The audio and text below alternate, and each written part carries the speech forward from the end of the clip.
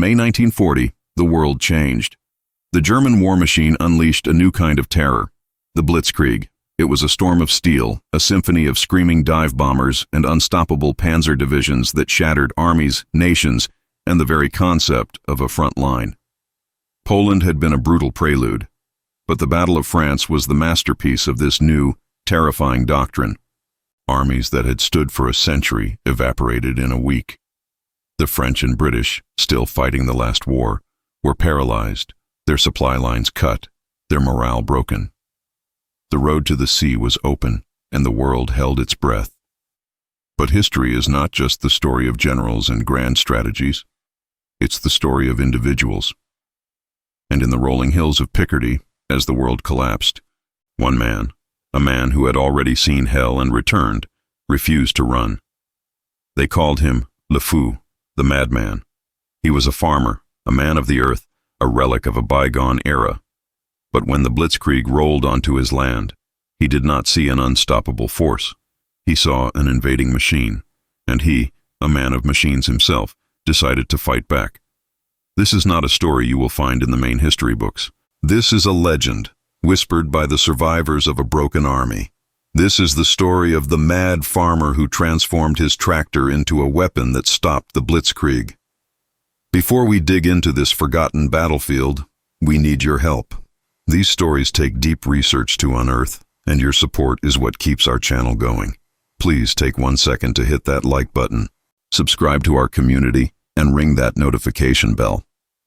And for our question of the day, we know these stories of courage resonate around the world. Let us know in the comments what country and city you are watching from today. We love to see our global audience.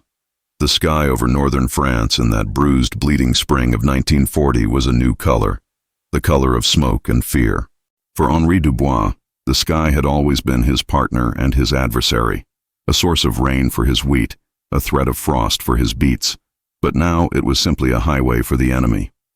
He was 58 years old, with a back made of oak and hands that looked like petrified roots. He was a man who belonged to the soil, and the soil, he believed, belonged to him. He was also a veteran of the Great War. He had survived the mincing machine of Verdun.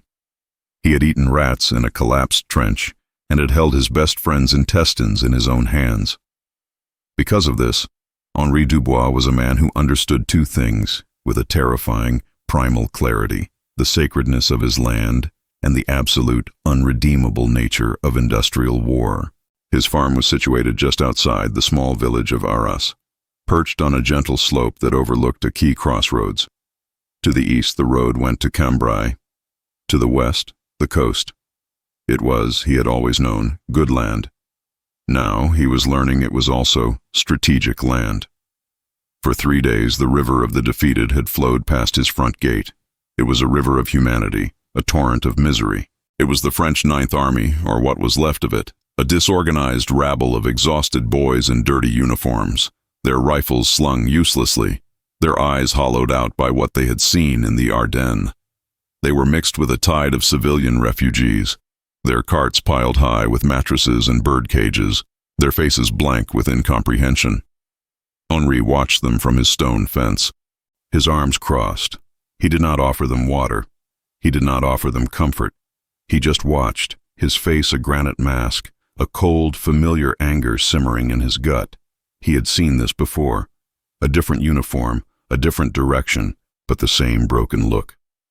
His wife, Marie, had taken their 2 grandchildren south to Amiens a week prior, pleading with him to come. "It's not our war, Henri," she had cried. "It is my land," he had growled. "A man does not abandon his land." Now, as he watched the human wreckage file past, a young French captain, a boy really, no older than his own son, who now lay buried near the Marne, stumbled up to him. The captain, his uniform immaculate despite the dirt, leaned on the fence. "Old man," the captain said, his voice raspy. "What are you doing here? Are you mad? The Boches are coming." Henri spat on the dry ground. "Boches," he repeated the old word. "I have known the Boches since before you were born, boy. They are men like you." The captain laughed, a dry, terrible sound. "Men, men. We are fighting ghosts. We are fighting machines that come from the sky and tanks that move faster than our motorcycles." They are not men. They are a plague. We just got word. Guderian's panzers, they crossed the Meuse. They are already past us. We are cut off. The war is over. You must leave. Now. This farm has been in my family for 200 years, Henri said, his gaze fixed on the road. It survived Louis the King. It survived Napoleon. And it survived the Kaiser. It will survive this. Blitzkrieg. He said the word as if it were a piece of rotten meat in his mouth. You are a fool, the captain said, shaking his head. He was too tired for anger. They will kill you. They will burn this place and not even notice they have done it. Look. As if on cue, a new sound began to build in the east. It was not the rumble of artillery, a sound Henri knew like his own heartbeat. This was a high-pitched, terrifying whine. It was the sound of a predator. A refugee on the road pointed to the sky and screamed, "Stuka! Stuka!" Panic erupted. The column of soldiers and civilians dissolved. Men dove for the ditches. Mothers grabbed their children and threw themselves under the carts. Henri Dubois stood still. He had not flinched at Verdun, and he would not flinch now. He watched as 3 planes, their wings bent like a hawk's, peeled off from the clouds. They came down, almost vertically, and the world was consumed by the shriek of their Jericho trumpet sirens. It was a sound designed not just to kill, but to terrorize, to break the mind before the bomb broke the body. The bombs were not large, but they were precise. 1, 2, 3 explosions, and the crossroads became a charnel house. A wooden cart, the one with the bird cage, simply vaporized. The mules pulling it were turned into a red spray. Screams. The sharp, acrid smell of high explosives. Henri felt the concussion wave hit him, a hot, powerful slap that stole his breath.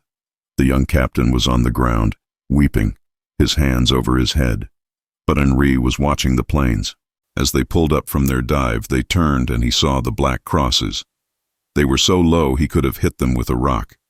He saw the pilot in the lead plane, a flash of goggles and a leather helmet, as he banked and came back around. The Stukas weren't done. They began to strafe the road, their machine guns spitting invisible death, ripping up the earth and the people hiding in a line. This, Henri thought, his blood turning to ice. This is not war. This is murder. This is pest control. The planes, their work done, climbed back into the smoky sky and disappeared. The silence that fell was worse than the noise. It was a heavy, wet silence, broken only by the moans of the dying and the braying of a wounded donkey. The young captain pushed himself up, his face pale. "Now do you see?" he whispered. "Now do you see they are not men?" He turned and ran, stumbling to what was left of his unit, shouting orders to get off the road, to scatter. Henri did not move for a long time. He looked at the carnage. He saw a little girl's doll, one arm ripped off, lying near a pool of blood. Something in him, a thing he thought had died in the trenches of 1916, broke. The anger that had been simmering was now a white-hot, silent forge. He walked into the road. A few survivors were already picking through the wreckage. He walked past them, to a ditch where a small olive-green machine lay on its side. It was a French Hotchkiss 25mm anti-tank gun. Its crew of 3 were dead, torn apart by the strafing. The gun itself looked intact, but one of its wooden-spoked wheels was shattered, a victim of the dive. It was useless. The retreating army had abandoned it. Henri ran his calloused, root-like fingers over the gun's steel barrel. It was still warm. He looked at the breech. He looked at the 2 ammunition boxes, still full, that had been thrown clear. Then he looked back at his farm, at his large, dark barn. Inside that barn sat his pride and joy, his Société Française Vierzon 401. It was a monster of a tractor, a 40-horsepower single-cylinder diesel, painted a faded, chipped blue. Its engine, with a massive 10-liter displacement, started with a blowtorch and a prayer, and it made a distinctive earth-shaking thump-thump-thump that you could hear a mile away. It was slow, it was heavy, and it was, Henri knew, indestructible. It was designed to pull a 6-furrow plow through the heaviest clay soil. It was pure, unadulterated, brute-force torque. He looked at the broken gun in the ditch. He looked at his barn. He looked at the smoke rising from the crossroads. The captain's words echoed in his head. They will not even notice. A slow, terrible, and utterly mad idea began to form in Henry's mind. He was a man of the earth. His tractor was a tool of the earth. But he also had a forge, a welder, and a workshop full of thick steel plowshares, old boilerplates, and the scrap of 100 broken machines. He had survived the Kaiser's War. He had seen what steel could do to flesh. He was not an engineer. He was not a soldier. He was a farmer, and the Boche had come to his farm. They had strafed his road and killed children in his ditch. They called him a fool, a madman. Henri Dubois spat on the ground one last time. "We will see," he whispered to the dead men. He walked to his barn, the unoiled hinges screaming as he pulled the massive doors shut. From inside, a new sound began. The clang of heavy steel, the sudden, violent hiss of an oxyacetylene torch, and the angry spark of a forge. The madness had begun. The heavy oak doors of the barn boomed shut, plunging the world into a dusty, amber-lit silence. The only light came from the grime-caked windows high above, beams of suspended dust cutting through the gloom. For a moment, Henri Dubois just stood there, his chest heaving, the sounds of the dying on the road outside a muffled, terrible whisper. The forge. That was the center of his world. It was the heart of the farm, an ancient brick-built forge his grandfather had used. But next to it sat his own modern acquisitions, a heavy German-made anvil, an oxyacetylene rig, and his most prized tool, a new humming electric arc welder. He was a man who believed in mending what was broken. He was a master of steel, and the world had just given him a new, terrible purpose. His first act was one of transgression. He needed the gun. He couldn't wait for dark. The sounds of the retreating army were fading, and a new sound, a distant, rhythmic, mechanical growl, was replacing it, the panzers. He threw the barn doors open again, the light a sudden shock, and strode to his tractor. The Vierzon 401 was a cold-start diesel. He heated the hot bulb engine with a blowtorch for a full minute, the hiss of the flame a prayer. He primed the fuel, then spun the massive, exposed side flywheel. The engine caught with a single massive thump. It was not a roar, it was a concussion. Thump, thump, thump. A slow, powerful, single-cylinder heartbeat. He didn't bother with a plow. He drove the tractor, its huge, cleated steel wheels digging into the earth, straight to the ditch. The few remaining refugees and soldiers watched him, their faces hollow. They saw a farmer on a tractor and thought him a fool. They didn't see the look in his eyes. He backed the tractor up to the wrecked 25mm gun. The machine's blue paint a stark, strange color in the green ditch. He unhooked a massive logging chain from the tractor's drawbar and, with strength that belied his age, wrapped it around the gun's chassis. He found the 2 boxes of ammunition and threw them into the tractor's steel toolbox. He mounted the seat again and put the tractor in its lowest gear. The engine's thump-thump-thump barely changed in pitch as the chain went taut, and with a sickening sound of tearing earth and snapping wood, he ripped the 480-kilogram anti-tank gun from the ditch, shattered wheel and all, and dragged it back to his barn like a prize. He disappeared inside, and this time the doors were barred from within. Now the true madness began. He was not a man. He was a force. He was Verdun's ghost, given a forge and a mission. He lit the oxyacetylene torch, the pop hiss a violent sound in the enclosed space. The tractor, his blue Vierzon, was his foundation. It was slow, barely a walking pace, but it was 10 pounds of cast iron. It was a mobile anvil. His first priority was protection. The driver's seat, the engine, the fuel tank, all exposed. He turned to his scrap pile. Over the years, he had broken dozens of plows in the heavy, stone-filled earth of Picardy. He had saved the thick, hardened steel plowshares, the curved mold boards. He began to weld them. He was not a neat welder. He was a frantic, angry artist. He took the plowshares and, with the arc welder sizzling and spitting blue-white fire that lit the barn like a lightning storm, he fused them to the front of the tractor, overlapping them like the scales of a dragon. They formed a crude, angled V-shape, a grotesque parody of a tank's glacis plate. He knew they wouldn't stop a shell, but he had seen the way the Stuka's machine guns had ripped through the trucks. They would, he reasoned, stop a 7.92mm bullet. He worked for hours, fueled by a black, cold rage. He was not just building, he was armoring his own soul. Every hiss of the welder was a curse. Every clang of his hammer on the hot steel was an echo of the artillery he had spent a lifetime trying to forget. He was starving, but he felt no hunger. He was exhausted, but he felt no fatigue.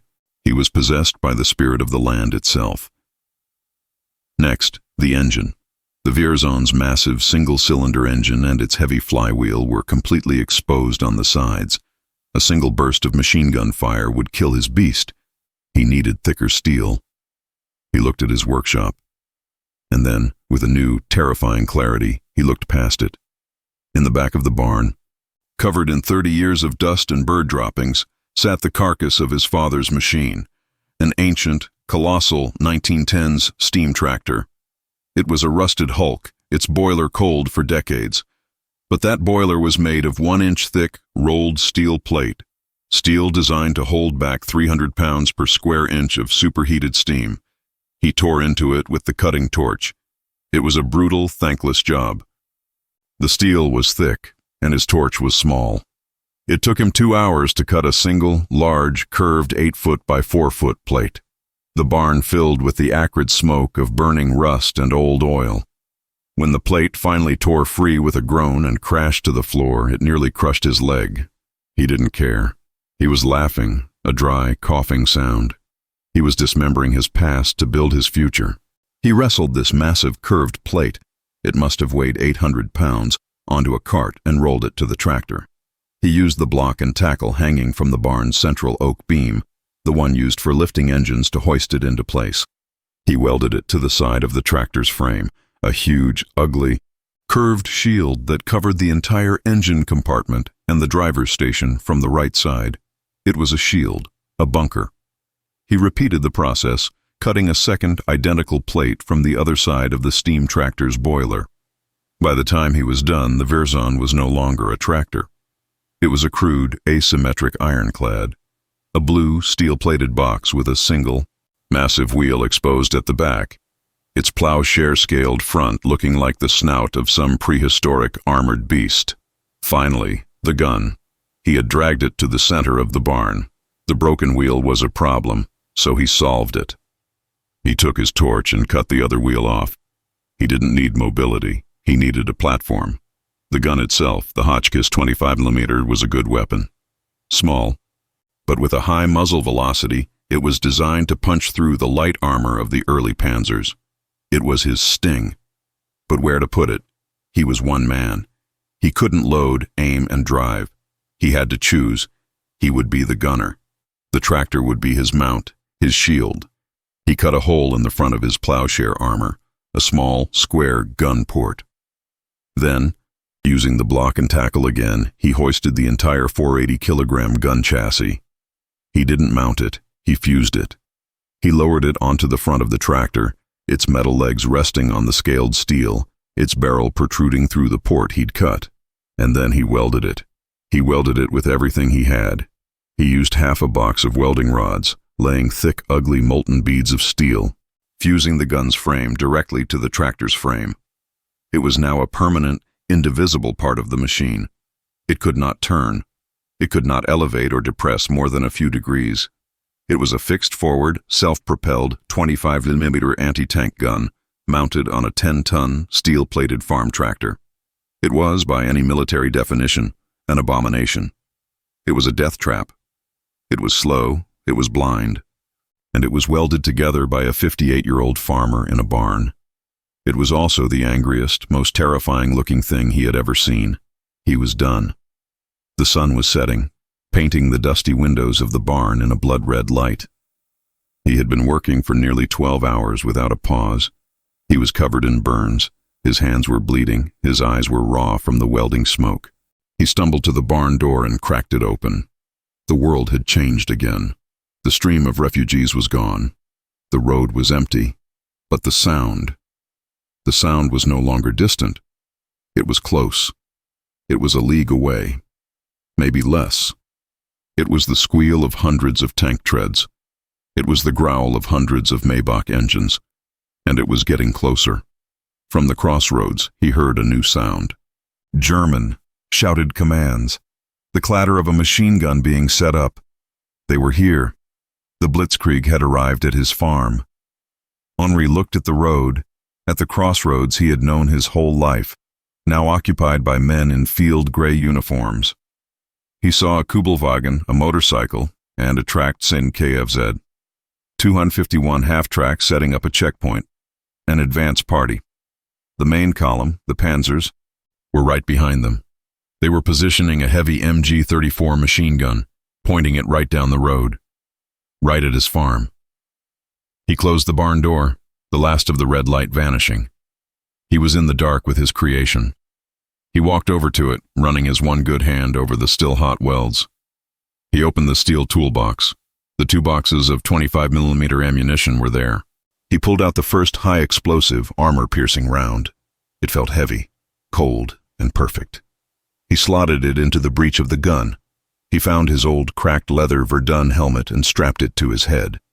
He climbed into the crude, steel-plated driver's seat, now a gunner's nest. He looked at the world through the narrow 6-inch slit he had cut for himself. He took a piece of chalk and, in a shaking, furious hand, scrawled a name on the curved boilerplate right next to his head. Marie. He reached for the blowtorch to heat the engine. He didn't need to. The engine was still warm from his work.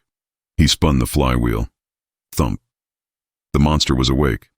The thump of the Vierzon engine was a punctuation mark in the sudden silence.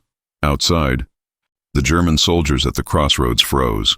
They had heard the moans of the dying and the rumble of their own approaching column, but this was new.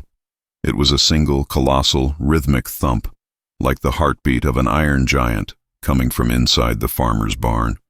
It was a sound that didn't belong in a war. It was agricultural, ancient. A young Wehrmacht Gefreiter, corporal, named Klaus, the one manning the MG-34, looked at his lieutenant. "Was ist das?" he whispered, his hand on the machine gun's grip. The lieutenant, a young, arrogant man fresh from the victory parades in Poland, sneered. "Ein Tractor. The old fool is trying to—" "What? Plow his field?" He laughed. "Gefreiter, put a warning burst into the barn door. Scare him out. We need this farm for a command post." Klaus nodded, swiveled the heavy machine gun on its tripod, and depressed the trigger. Brrr, up, brrr, up, brrr, up. A dozen 7. 92mm armor-piercing rounds stitched a perfect horizontal line across the center of the old wooden doors.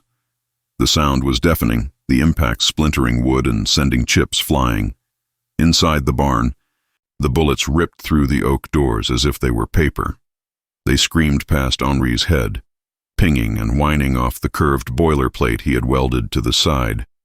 They struck the brick wall behind him, turning mortar to dust.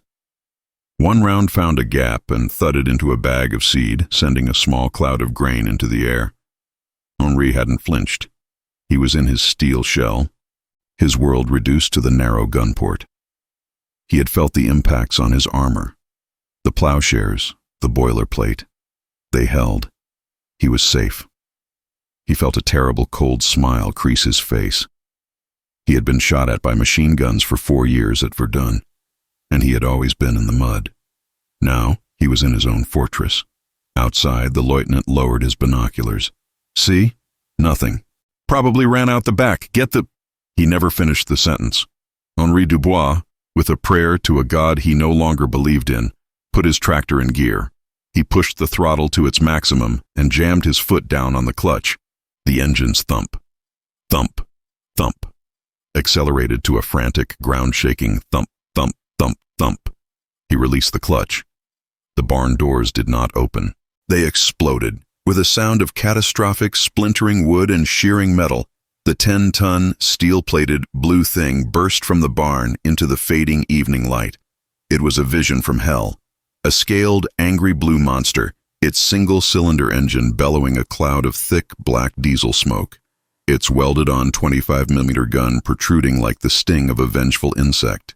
It was moving at a walking pace. It was, in its total, alien and agricultural horror, the most terrifying thing the German soldiers had ever seen. The lieutenant's jaw dropped. "Feuer!" he screamed, his voice cracking. "Feuer! Panzer!" Klaus, the machine gunner, his face white with shock, opened fire. He held the trigger down, sending his entire 250-round belt at the approaching thing. The sound was a constant, frantic brrrr. The bullets, which had murdered men in their tracks, struck the plowshare armor. They whined, they sparked, they ricocheted wildly, but they did not penetrate. The tractor, in its crude, layered, and overlapping steel, was immune. It just kept coming. Thump, thump, thump, thump. Its huge, cleated steel wheels digging trenches in the farm's soft driveway, the black smoke pouring from its chimney-like exhaust. "It's not a Panzer!" the lieutenant screamed, fumbling for his own pistol. It's a tractor. Get the 37. He was yelling for the crew of the 3i. 7mm PK-36 anti-tank gun attached to their half-track, but they were frozen, staring at the apparition. Henry was now 25 yards from them. His world was the narrow slit. He saw the muzzle flash of the MG-34, a furious winking star. He did not care. He saw the men, their coal scuttle helmets, their field gray uniforms. They were the same uniforms, the same helmets, from 1916. They were the Boche. They were on his land. His hand was on the trigger of the Hotchkiss. The gun was welded. He could not aim. He was the aim. He steered the entire 10-ton machine, lining up the crossroads, the machine gun nest, and the half-track, all in a line. "Marie!" he roared, a sound no one but him could hear over the din of his engine. He pulled the trigger. The 25mm gun fired with a sharp, ear-splitting crack. The recoil, which would have thrown the original gun's trail spades, was instead absorbed by the entire 10-ton mass of the tractor. The machine barely shuddered. The high-explosive round, traveling at nearly 3,000 feet per second, crossed the 25-yard gap in an instant. It did not hit the machine gun. It hit the 250-round ammunition box on the machine gun. The result was not an explosion. It was a detonation. The entire belt of 7.90mm ammunition cooked off at once. A catastrophic, white-hot flash. The MG-34, the tripod, and the gunner Klaus were vaporized. They ceased to exist. The lieutenant standing next to him was blown backward, his uniform on fire, screaming. The German half-track, the Senna KFZ at 251, was a scene of pure panic. The PK-36 crew was scrambling, trying to load their gun, but they were terrified. They were trained to fight tanks, not this. Thump, thump, thump, thump. Henry's monster had not stopped. It didn't even slow. He was still coming. He worked the breech of the Hotchkiss, the hot casing ejecting with a tink, tink, tink onto the steel plating. He rammed a new round home, armor-piercing. He had seen the half-track. He knew what it was. It was a truck with armor. He fired again. Crack. The armor-piercing round hit the Sedan KFZ 251 high on its armored side. It punched through the 14mm plate like it was cardboard, hit the engine block, and the half-track, with a final dying whine, lurched and went silent, steam and black smoke pouring from its open top. The crew bailed out, tumbling over the sides, their hands empty, and just ran. Henry was now in the crossroads. He was in the center of the inferno he had created. The burning remnants of the MG-34, the smoking half-track, the screaming, wounded lieutenant. He felt a profound, cold, and terrible satisfaction. He had done more in 30 seconds than the entire French Ninth Army had done in a week. But he was not done. He heard the sound that had been in the background, the sound that had terrified the young captain, the squeal and growl of the panzers. He turned his machine, a slow, ponderous turn, to face east, down the road to Cambrai. And he saw them, the Blitzkrieg. It was not one tank, it was a column. It was a serpent of steel, stretching as far as the eye could see. The lead element was a Panzer II, a light, fast reconnaissance tank, and it was coming at speed. Its machine gun and 20mm cannon already traversing, trying to make sense of the carnage at the crossroads. Behind it, He saw the low, squat, menacing silhouettes of two Panzer IIIs. The Panzer II, seeing the bizarre, smoking blue thing in the road, opened fire. Its 20mm autocannon, a weapon that could shred light vehicles, began to thump, thump, thump. Its shells hitting Henry's machine. Clang, clang, ping! The shells struck his plowshare armor. They hit the 1-inch thick boilerplate. They were heavier than the machine gun fire. They stung. One round found the top of the boilerplate and skipped off, screaming into the sky. Another struck a weld, and it held. Henry felt the impacts like a giant hammering on his shield. He was deafened by his own engine, by the crack of his own gun, and by the clang of the shells hitting his armor. He ignored it. He was a man of the earth. This was his road. He rammed a new round home. High explosive. The Panzer II was a light tank. It was a pest, like the Stukas. He centered the tank in his narrow port. Crack! His 25mm shell was not powerful enough to penetrate the Panzer's frontal armor, but he wasn't aiming at the armor. He was aiming at the track. The shell hit the Panzer II's left side drive sprocket. The high explosive round, combined with the track's own tension, did its job. With a loud metallic snap, the track broke. The Panzer II, its engine still roaring, lurched violently to the left and spun, disabled, its gun now pointing uselessly at a burning farmhouse. The tank commander's head popped out of the turret, screaming curses. One disabled. But now the real threat had arrived. The two Panzer IIIs had slowed, fanning out their crews, the hardened veterans of the Panzerwaffe.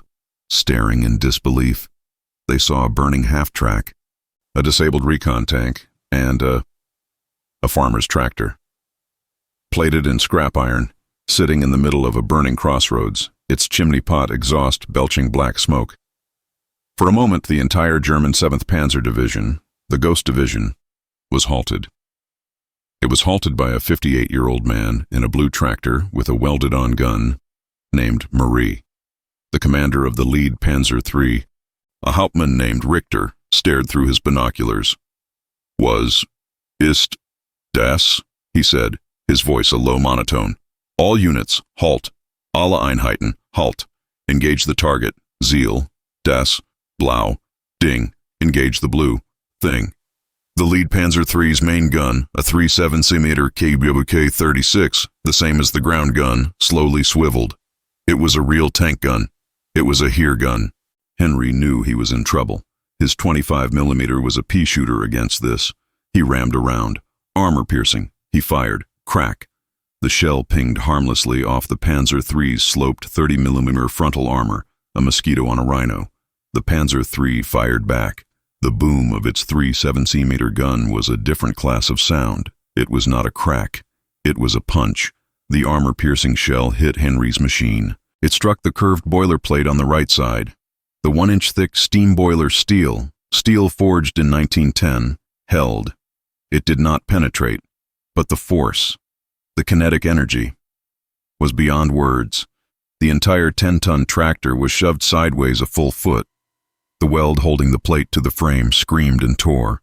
The plate was now hanging, bent and distorted, but it had saved his life. Henri was deafened. His head was ringing. The inside of his steel cab was filled with the spall of his own armor, hot metal fragments that had ripped off the inside of the plate. His left arm was bleeding, a long gash from a piece of shrapnel. He didn't care. He was alive. He rammed another round. Crack. He fired again. Useless. Ping. The 2nd Panzer III, which had been maneuvering, fired. Boom. This shell hit the front. It struck the plowshare armor, the scaled, layered steel. It ripped through the first plowshare, and the second, and the third, and stopped, its nose buried in the thick cast-iron engine block of the Vierzon itself. And the engine died. The thump, thump, thump, which had been his heartbeat, his shield, his defiant roar. It just stopped. The tractor, with a final, dying thud, went silent. The silence was total. The burning, the smoke, the two Panzers, their engines idling, staring at him. He was a dead man. He was a 10-ton blue smoking coffin in the middle of his own crossroads. The Hauptmann in the lead Panzer III, Richter, watched. He saw the engine die. He saw the black smoke stop. He lowered his binoculars. "Cease fire," he ordered his gunner. "He is finished, a brave man, but a mad one.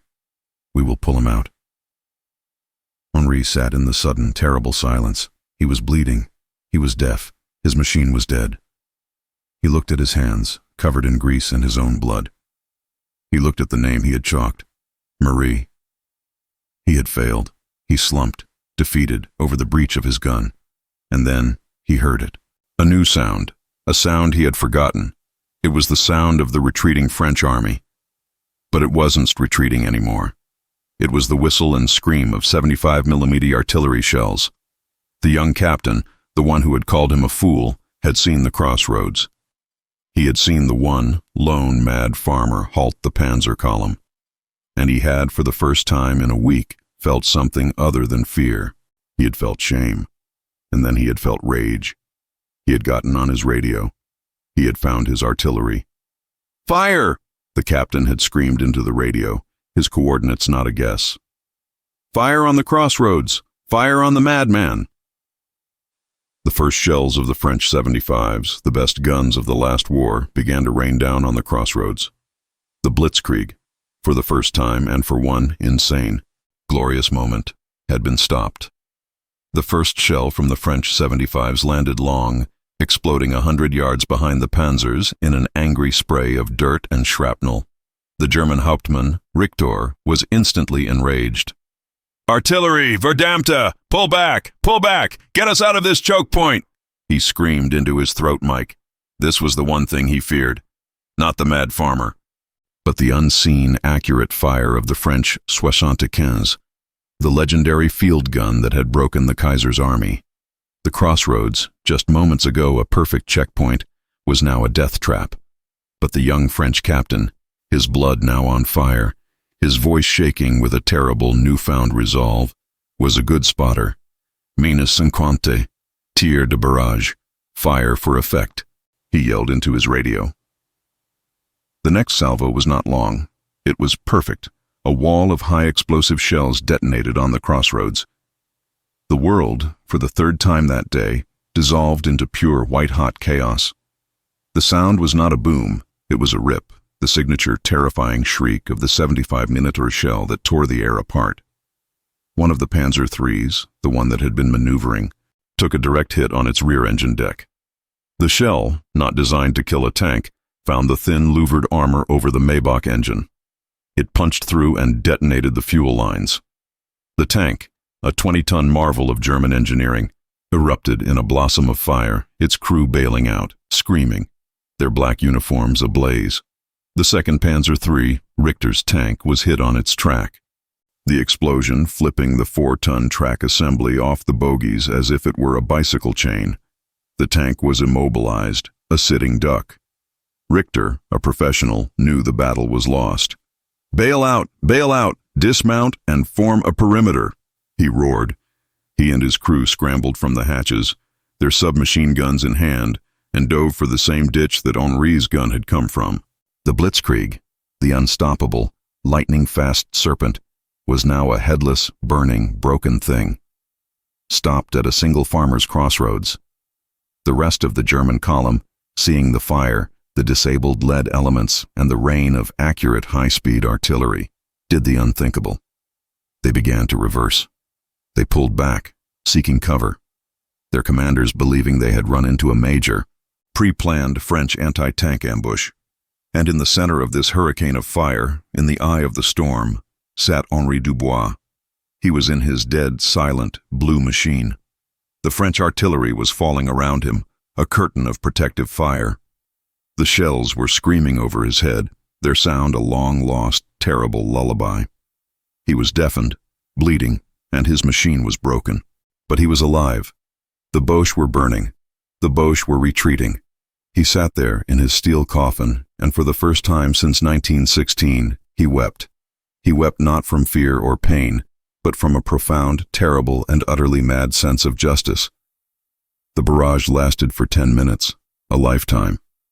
When it finally stopped, the silence that returned was one of absolute desolation, The crossroads was a cratered, smoking ruin. The Panzer III was a burning torch. The disabled Panzer II was silent. The half-track was a blackened skeleton. From the ditch, Hauptmann Richter, his face black with soot, his arm bleeding, his pride utterly shattered, rose. His company was a wreck. His advance was stopped. And it was all because of that. He stared at the blue tractor. It was still there. It hadn't burned. It hadn't exploded. It was just sitting there, a monument of scrap iron, pockmarked by shells, its gun pointing silently, defiantly, down the road. I want him, Richter whispered, his voice a low growl. I want to see the man who did this. He motioned to his 3 surviving crewmen. Vorsicht, be careful, he may still be alive. They advanced, their MP-40 submachine guns level, moving in a practiced fluid diamond, their training taking over. They approached the thing from the side, from its blind spot, where the massive boilerplate was now hanging by a single torn weld. They reached the machine. It was hot, the metal ticking and pinging as it cooled. Richter stepped over the broken plowshares, his boot crunching on ejected 25mm shell casings. He peered around the bent boilerplate, into the dark, crude cockpit Henri had built. He saw him. Henri Dubois was slumped over the breech of his gun. He was not a demon. He was not a super-soldile. He was an old man, in a farmer's blue work shirt, now soaked in his own blood and grease. He was wearing an ancient, cracked 1916 model Adrian helmet. He was alive, his breathing a shallow, ragged gasp. Richter, a man who had seen the best of the Polish lancers and the French light cavalry die bravely, felt a strange cold knot in his stomach. This was different. This was not a soldier. This was an insult, an act of defiance so profound, so personal, that it shook his worldview as a professional warrior. Get him out, Richter commanded, his voice flat. One of his men, a young private, grabbed Henri by the shoulder and pulled. Henri, his body a map of pain, cried out, a low groan. They dragged him from his steel throne, from the machine he had named Marie, and threw him onto the muddy, cratered ground at Richter's feet. Henri lay on his back, the gray, smoky sky spinning above him. His left arm was a mess of blood, and the shrapnel from his own armor had peppered his chest. He was dying, but he was on his land. Richter stood over him, a tall, dark shadow in his black panzer uniform. He looked down at the old man. He looked at the gnarled, root-like hands. He looked at the face, a mask of dirt, blood, and creases so deep they looked like scars. Why? Richter asked in perfect, clipped, aristocratic French. He had been a student at the Sorbonne. Why would you do this? You are a farmer. You are a civilian.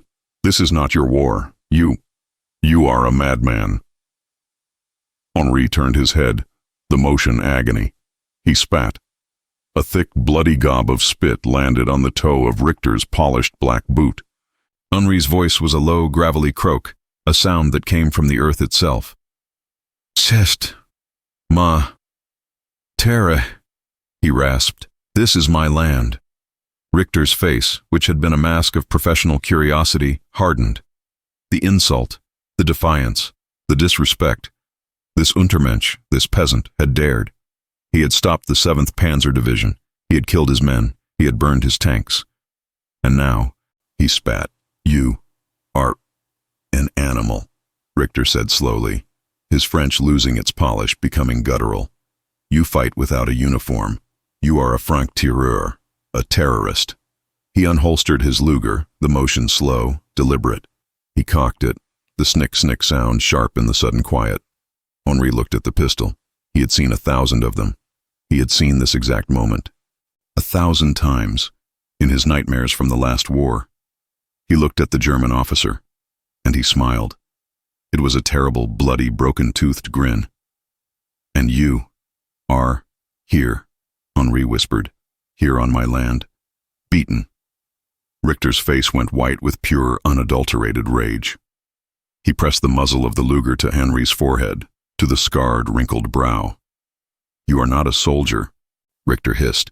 You are just a madman in a tractor, and you will die. Like a madman. Henri closed his eyes.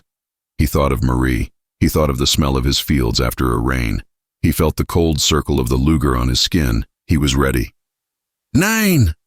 The shout was so loud, so full of authority, that Richter froze, his finger tightening on the trigger. A new vehicle had arrived. It had come, not from the retreating column, but from the front.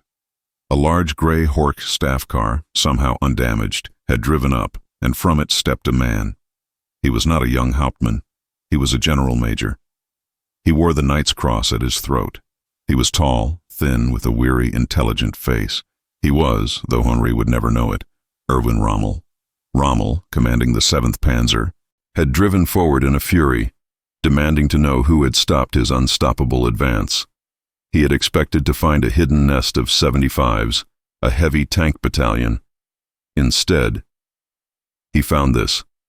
He saw the burning panzers, he saw the disabled half-track, and he saw his best Hauptmann about to execute a bleeding 60-year-old farmer in a 1916 helmet next to. What in God's name was that? Rommel stared at the blue tractor. He walked over to it. He was a man who understood machines, an old tanker himself. He touched the plowshare armor. He saw the crude, bubbled welds. He saw the boilerplate, torn but not broken, and the 3 7-centimeter shell still embedded in it. He saw the fixed 25mm gun, its barrel hot, its breech open. He saw the name Marie chalked on the side. He turned and looked at Richter, who was still holding the gun to Henry's head. Hauptmann, Rommel said, his voice quiet, but carrying a chill that no battle could. What are you doing? Sir, Richter snapped to attention, holstering his pistol. This peasant, he is a terrorist. He did. All this. He has no uniform. He is an illegal combatant. Rommel looked down at Henri, who was now drifting into shock, his eyes half closed. The general major looked at the burning tanks, the dead Germans. He looked at the disabled Panzer II, its track broken by a perfect, lucky shot. He looked back at the tractor. No, Hauptmann, Rommel said, his voice a dry academic whisper. You are wrong. He is not a terrorist. A terrorist runs. Rommel pointed at the tractor. That is a fortress. He is not a franc-tireur. He is a soldier from the last war. A better soldier, it seems, than you. The insult hung in the air, more brutal than any bullet. He fought you, Rommel continued, from a fixed position. He did not ambush. He did not hide. He charged, and he won. Rommel knelt, his pristine gray uniform coat in the bloody mud. He looked at Henry's face. He saw the 1916 helmet. He saw the blood. He saw the unbroken, mad defiance. He did not stop us, Rommel said, more to himself than to anyone. He humiliated us. He stopped the 7th Panzer Division. With a tractor, my God. He stood up. Get him. Medical attention. Richter was stunned. Sir, but he is a prisoner of war, Rommel said, his voice final. He is an enemy soldier. He will be treated as such. Get our medics, now, the rest of you. Clean up this mess. Get me a status report. I want to know how one old man, and one gun, broke my entire advance. As the medics ran forward, Richter, his face a mask of shame and fury, looked at the blue tractor. He looked at the old man being lifted onto a stretcher, and he looked at the crossroads. The Blitzkrieg was built on speed, momentum, and fear. This one, single mad farmer, had taken all 3 of those things, and held them, for 10 critical, impossible minutes. And in doing so, he had become a legend. The stretcher bearers were gentle. They were, after all, Germans, and their general major was watching. They cut away the blood-soaked blue fabric of Henri's shirt, applied a field dressing to the ragged gash in his arm, and bandaged the shrapnel wounds on his chest. Henri Dubois, the mad farmer, was now a Kriegsgefangener, a prisoner of war. He was drifting in and out of consciousness, the world a painful, smoky blur. He saw the gray sky, the faces of his enemies, and the black, accusing silhouette of his dead machine. Marie. He had fought, he had bled, and he had lost. But as they lifted him, he saw one last thing. He saw the road to Cambrai, and it was empty. The serpent was gone. The advance had, at least for now, fled. He had not failed. He had held the line. General Major Erwin Rommel did not stay to watch the medics. His fury had been replaced by a cold, analytical curiosity. He was a master of mobile warfare, and this was the antithesis of all his beliefs. This was a single, immovable point of total defiance. He walked back to the blue tractor, this time with a small flashlight from his staff car. He was no longer a general. He was an engineer, a mechanic, studying an opponent's design. He ran his gloved hand over the crude plowshare armor. He saw how the farmer had overlapped them, like medieval scales, creating a surprisingly effective composite armor that had deflected the 20mm and 92mm rounds, rather than stopping them with brute force. He examined the boilerplate, the 1-inch thick steel that had stopped Richter's 3.7mm shell. He saw the torn weld and the massive, fist-sized indentation where the round had struck. "Incredible," he muttered. "This plate, it is from a steam engine, a museum piece." He shone his light into the dark cockpit. He saw the simple, brutal controls, the welded-on gun, the chalked name. But then he saw something else. On the floor, near the massive, silent flywheel, was an old leather-bound book. He reached in, his glove coming away sticky with Henri's blood, and pulled it out. It was a farm ledger. On the inside cover, in a looping, elegant script, was a name, Henri Dubois, and underneath a date, Verdun, 1916. Rommel's breath caught. He understood. This wasn't a farmer who had suddenly decided to fight. This was a soldier from the last war, a survivor of the meat grinder who had been sitting, waiting for 24 years for the war to return to him. The tractor was not an impulse. It was a memory. It was Verdun, rebuilt in steel and rage. This was not a madman. This was a ghost. He closed the ledger and tucked it inside his own greatcoat. He would keep it, a souvenir, a lesson. "Richter," he barked. The Hauptmann, his face a mask of humiliation, ran up. "Sir, get this thing off the road. I want my division moving in 1 hour. If you have to go through the fields, so be it, but I want this crossroads cleared. And I want this machine destroyed. Completely. I do not want one bolt of it left. I do not want my men telling stories that they were stopped by a farmer. It is bad for morale." "Yes, sir," Richter said with perhaps too much enthusiasm. Rommel gave the tractor one last look. "A brave man, Richter," he said, his voice a low warning. "Do not confuse bravery with madness. He showed you what one man with his back to the wall on his own land can do. That is a lesson you will not learn in Berlin. Now, clear this road." Rommel turned, climbed into his staff car, and was gone, driving through the field to bypass the burning wreckage. He had a war to win, and he was already in his mind past this strange, bloody footnote. Hauptmann Richter was left with the dead, the burning, and the blue tractor. His humiliation was absolute. He had been beaten, not by an army, but by a memory. He looked at the tractor and his rage returned, cold and pure. "Spreng Commando!" he yelled. "Engineers, I want demolition charges, now!" As the engineers arrived with their satchel charges, Richter walked up to the tractor. He looked at the chalked name, Marie. He reached out and, with his black-gloved hand, wiped the chalk from the steel. The name smeared, then vanished, leaving only a white smudge. "No," he hissed. "You do not get a name." They placed the charges. They wrapped them around the gun. They stuffed them into the engine. They laid them on the plowshares.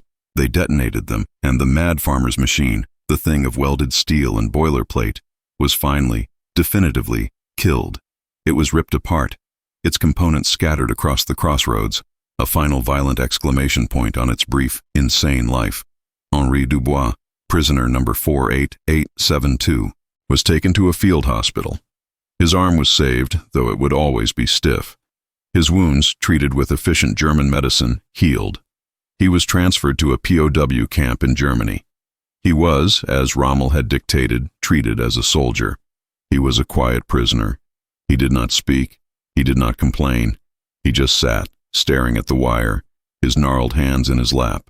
The other French prisoners, most of them young, captured in the first week, thought him strange, perhaps simple.